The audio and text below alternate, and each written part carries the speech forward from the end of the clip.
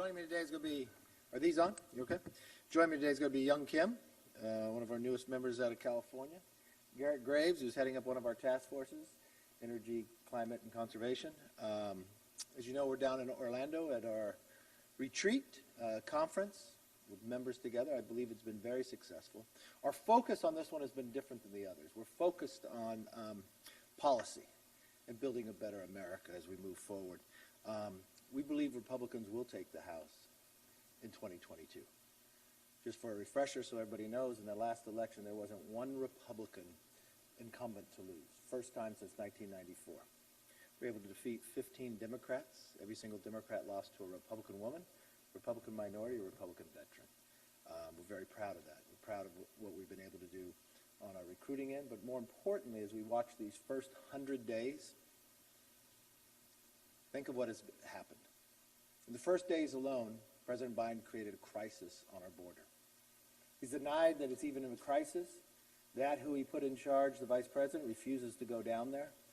We watched thousands of unaccompanied children packed into single rooms. We're watching people just come across, and not just people, but fentanyl and others. And then that we found out later, those on the terrorist watch list, we're now finding them and arresting them. And they're not from Central America. They're from Yemen.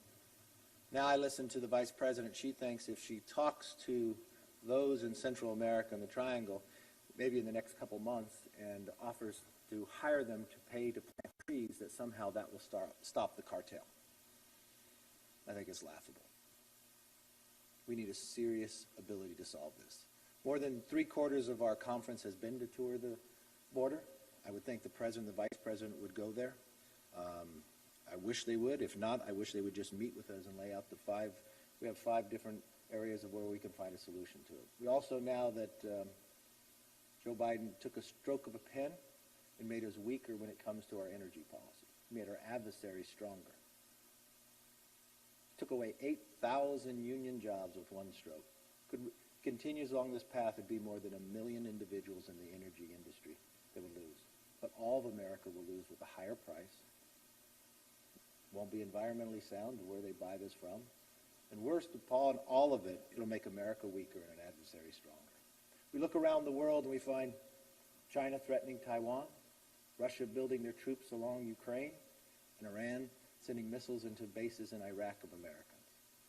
And that's less than 100 days. We watched him propose to spend more money than we've ever thought possible.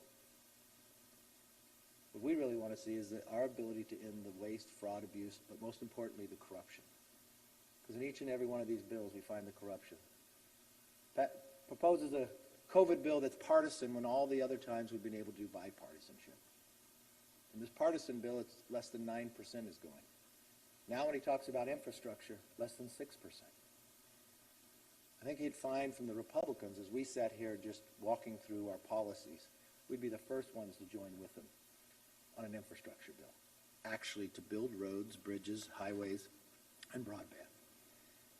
And we could do it with less money, and we could make sure that they're being built in the next 2 years.